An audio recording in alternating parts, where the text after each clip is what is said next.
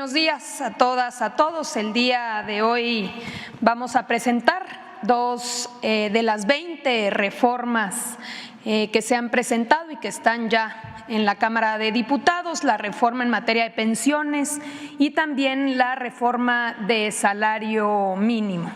Nos acompañan el día de hoy Marat Bolaños, secretario de Trabajo, Zoé Robledo, titular del IMSS, está también Pedro Centeno del ISSSTE, titular del ISSSTE, y Carlos Martínez, titular del Infonavit. Entonces vamos a iniciar primero con el tema de pensiones.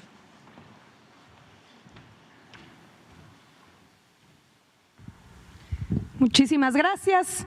Bueno, como hemos dicho, una de las reformas fundamentales que hemos presentado tiene que ver con revertir los efectos de dos reformas dañinas en contra de los trabajadores que pasaron a cuentas individuales, lo que eran las pensiones, que es la reforma de 1997, aprobada en el sexenio de Zedillo, y de 2007, esta reforma aprobada en el sexenio de Felipe Calderón.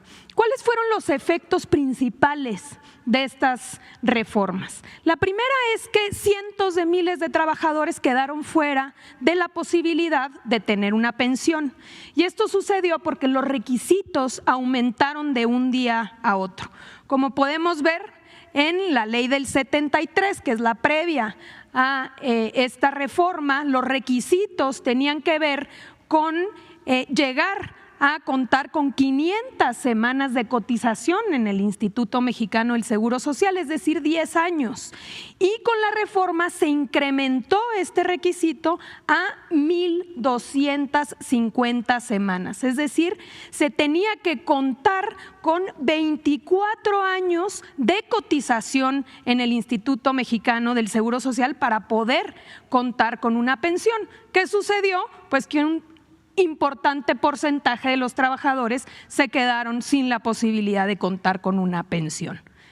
Adelante. Pero también otro de los efectos tuvo que ver con pasar los recursos a cuentas individuales y que los rendimientos estaban dando porcentajes muy bajos del salario. Ya tenemos ejemplos de los primeros que se empezaron a jubilar bajo estas nuevas reglas y cómo el porcentaje de su salario disminuyó de forma significativa. En la ley del 73, los trabajadores están yendo con un promedio del 89% de su salario y ya con las nuevas reglas, en el caso de los que cotizan en el IMSS, con 27%, y en el caso de los trabajadores al servicio del Estado que fueron impactados por la reforma del 2007, con 60%. Derivado de esta realidad es que en 2020 el presidente Andrés Manuel López Obrador presentó una reforma, adelante, que fue muy importante y que tuvo efectos muy importantes. Una reforma no muy conocida, pero que fue fundamental. ¿Qué planteó esa reforma que fue aprobada? Primero, disminuir las semanas de cotización. De 1,250 pasó a 750, con un incremento paulatino hasta 2030, llegar a 1,000 semanas de cotización. Un segundo elemento fue incrementar las aportaciones por parte de los empleadores. Pasó o va a irse incrementando, como se ha venido incrementando ya, hasta alcanzar el 13% para 2030. Un tercer elemento fue poner un límite a las AFORES. Las AFORES estaban cobrando, comisiones muy elevadas y por eso se establecieron topes que han llegado en estos años a generar 160,000 millones de pesos en favor de los trabajadores que antes se iban a las comisiones de las AFORES. Y finalmente también se estableció una pensión garantizada por parte del gobierno para aquellos que estaban ganando un salario mínimo en 2020. Entonces, ya estos cambios tuvieron efectos importantes. Por ejemplo, y nada más para darles un dato, de los que se pensionaron de 2021 a 2023, el 93% se pudo pensionar gracias a que se bajaron los requisitos. De no haber hecho esta reforma en 2020, hubieran quedado excluidos de este derecho. Y también ha impactado, y la proyección es precisamente que de 27% de la ley del 97, con todos estos cambios ahora se percibirá el 64% del salario de los trabajadores. Como pueden ver, fue importante, pero todavía no suficiente. Por eso llega la reforma o la propuesta de reforma de 2024.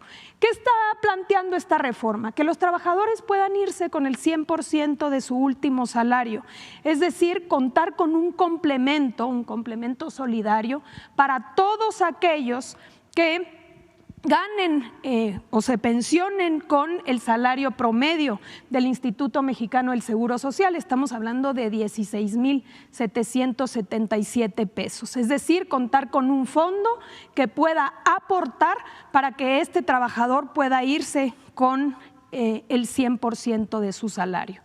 ¿Cómo vamos a fondear este complemento? Adelante. También se establecen las fuentes de financiamiento ya en la ley. Estamos hablando de entrada de los recursos de las operaciones del instituto para devolverle al pueblo lo robado. Todo aquello que se confisca por parte de las fiscalías, producto de delitos que van al pueblo, al instituto para devolverle al pueblo lo robado, ahora van a ir a este fondo de pensiones para el bienestar. Número 2, a través de la liquidación de la financiera rural. Número 3, de la venta de los terrenos de Fonatur. Número 4, el cobro de los adeudos de entidades públicos que tienen con el IMSS, con el ISSSTE y con el SAT.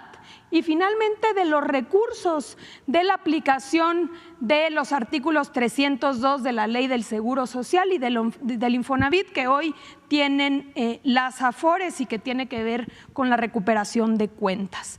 Todo esto va a ser un recurso, un capital semilla de 64,000 millones de pesos. También la ley prevé recursos complementarios cuando vayan sucediendo las siguientes circunstancias. Por ejemplo, los fideicomisos del Poder Judicial. Sabemos que si bien se aprobó una ley donde se tienen que regresar estos 15,000 millones, hoy está impugnada y debe ser resuelta por la propia Suprema Corte. Esperamos que una vez resuelto se pueda liberar estos recursos y que formen parte del fondo para las pensiones. Número 2, los ahorros de la extinción de organismos autónomos. Otra de las reformas de las que habremos de hablar más adelante tienen que ver con la duplicidad de funciones y con extinguir estos órganos, entre comillas, autónomos. 25% de las utilidades que generen las empresas paraestatales que están a cargo de Sedena y Marina, donde aquí ya se establece el fin específico que serán las pensiones. Y finalmente la capitalización de los rendimientos generados por este propio fondo que irán teniendo con el tiempo. Adelante. Finalmente, decir a quiénes aplica esta reforma. A todos aquellos que tengan 65 años y que cumplan con los requisitos para tener una pensión y que se pensionen una vez aprobada la reforma y creado este fondo de pensiones para el bienestar. Estamos hablando de dos grupos principalmente. Todos aquellos que fueron afectados por la ley del 97, es decir, las mujeres y hombres que cotizan ante el IMSS y que empezaron a cotizar ante el IMSS después del 1 de julio del 97, y en el caso de los trabajadores al servicio del Estado, todas y todos aquellos que cuenten con una cuenta individual son los que habrán de tener o acceder a este fondo para poder complementar sus pensiones. Se trata de dignificar, de reconocer el trabajo de toda la vida de los trabajadores y revertir estas reformas que tanto dañaron a la clase trabajadora en México. Es cuanto, presidente. Adelante, Marat.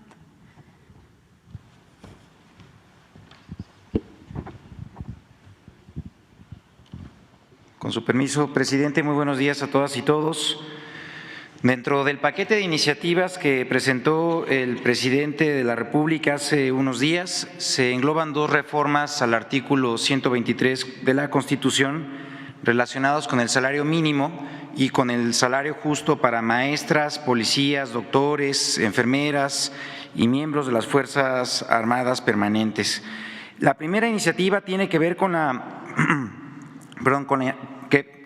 consolidación de uno de los grandes logros de la Cuarta Transformación relacionadas con la política salarial, donde el poder adquisitivo se ha recuperado en términos reales en 217% en la zona libre de la frontera norte y de 110% en el resto del país, pasando de 88 pesos en el año 2018 a 375 pesos en la zona libre de la frontera para este año y 249 pesos también para este año en el resto del país.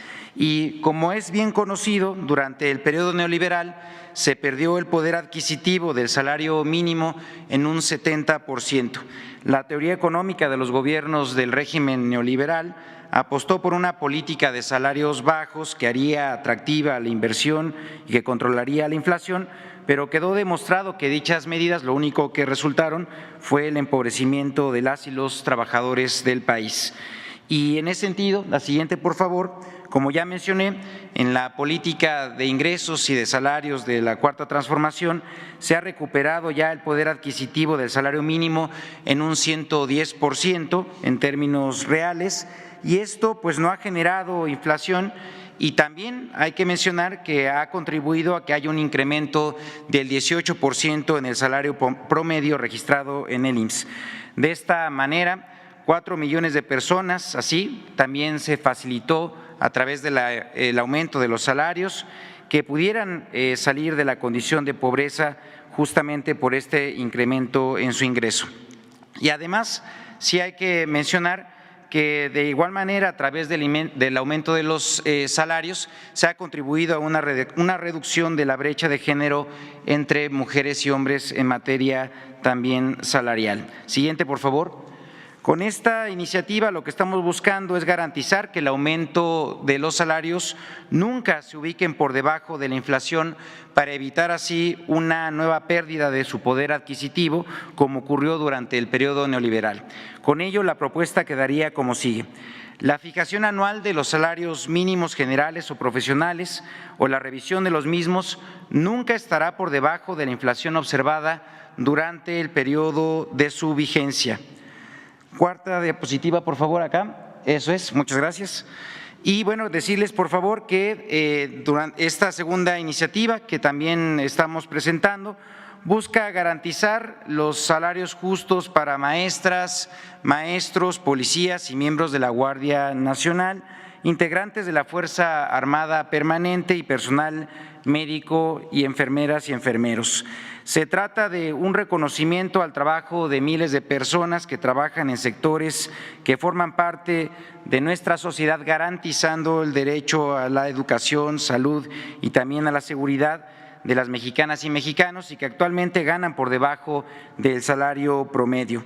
Es por ello que con esta iniciativa se está planteando que el salario de las personas trabajadoras de estos sectores no podrá ser menor al salario promedio registrado ante el Instituto Mexicano del Seguro Social, cuyo monto contemplado para efectos de esta reforma es de 16,777 pesos y se deberá ir actualizando año con año conforme a la inflación estimada. Siguiente, por favor. Y por ello la propuesta quedaría como sigue. Las maestras y maestros de nivel básico de tiempo completo, policías, guardias nacionales, integrantes de la Fuerza Armada Permanente, así como médicos y enfermeros, recibirán un salario mensual que no podrá ser inferior al salario promedio registrado ante el Instituto Mexicano del Seguro Social. Finalmente, mencionar que estas propuestas de modificación a la Constitución en beneficio de millones de mexicanas y mexicanos requiere de 2/3 partes de los votos en las cámaras. Por ello, aprovecho el espacio para hacer un llamado así a la sociedad y a todas y todos los legisladores para acompañar estas reformas que cambiarán la vida de millones de mexicanas y mexicanos. Por el bien de todos, primero los pobres. Muchísimas gracias.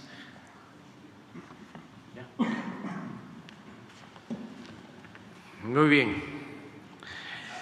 Quedó pendiente Alberto Marroquín.